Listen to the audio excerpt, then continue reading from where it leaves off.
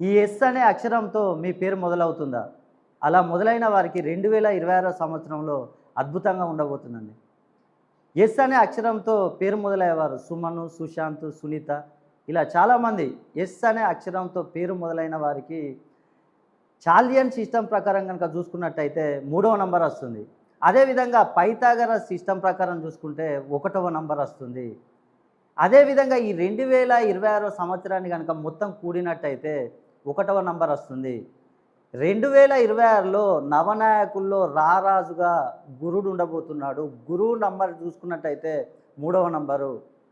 కాబట్టి 1, మూడవ నంబర్ వస్తుంది కాబట్టి ఎస్ అనే అక్షరంతో పేరు పెట్టుకున్న వాళ్ళకి ఈ 2026 సంవత్సరంలో రుణ బాధలు కానీ, ఆరోగ్య విషయంలో కానీ, విదేశీ ప్రయాణాలు కానీ, వ్యాపారంలో కానీ అన్నీ కలిసొస్తాయి.